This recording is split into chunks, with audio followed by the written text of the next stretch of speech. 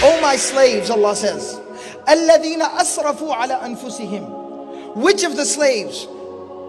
That the ones who have crossed all lines and boundaries against themselves, the ones who have harmed themselves, the ones that have done severe harm to themselves, by living a life of sin, by living a life of hopelessness, by living a life of disobedience to Allah, by living a lifestyle that is harmful to them. But something beautiful that the scholars point out, Allah still calls them my slaves. Allah is still saying, you're my slaves.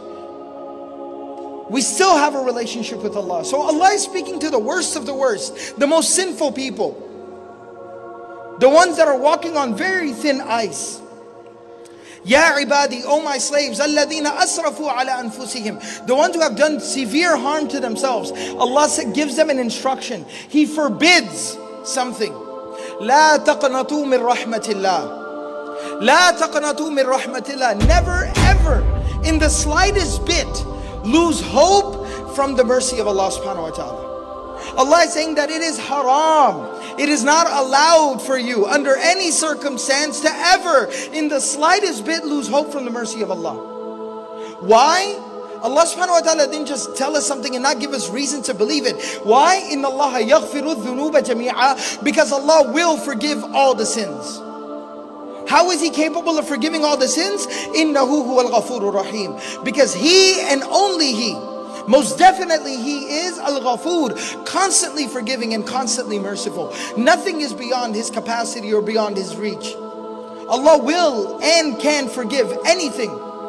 Allah subhanahu wa ta'ala is so merciful, so forgiving, so kind, so benevolent, that just in the Quran itself, in the book of Allah, Allah subhanahu wa ta'ala, when He talks about His ability to forgive, Allah subhanahu wa ta'ala mentions 3 different attributes for Himself in terms of forgiving that come from the same root. The root word is ghafara, which literally means to cover something up. It means to forgive a sin as if it never even existed, like it was never even there.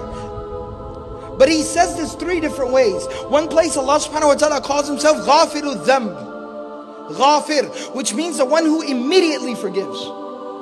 Another place Allah calls Himself Ghaffar, Ghaffar, the one who abundantly forgives, the one who has no limitation in terms of forgiveness, the one who can continue to forgive no matter how much the sins might be. The third attribute is Ghafur, constantly forgiving, immediately forgiving, abundantly forgiving, constantly forgiving. That's who Allah is. That's our introduction to Allah. Inna rahmati sabaqat ghadabi. Allah says that my mercy, in a hadith Qudsi, Allah says that most definitely my mercy, it encompasses and surrounds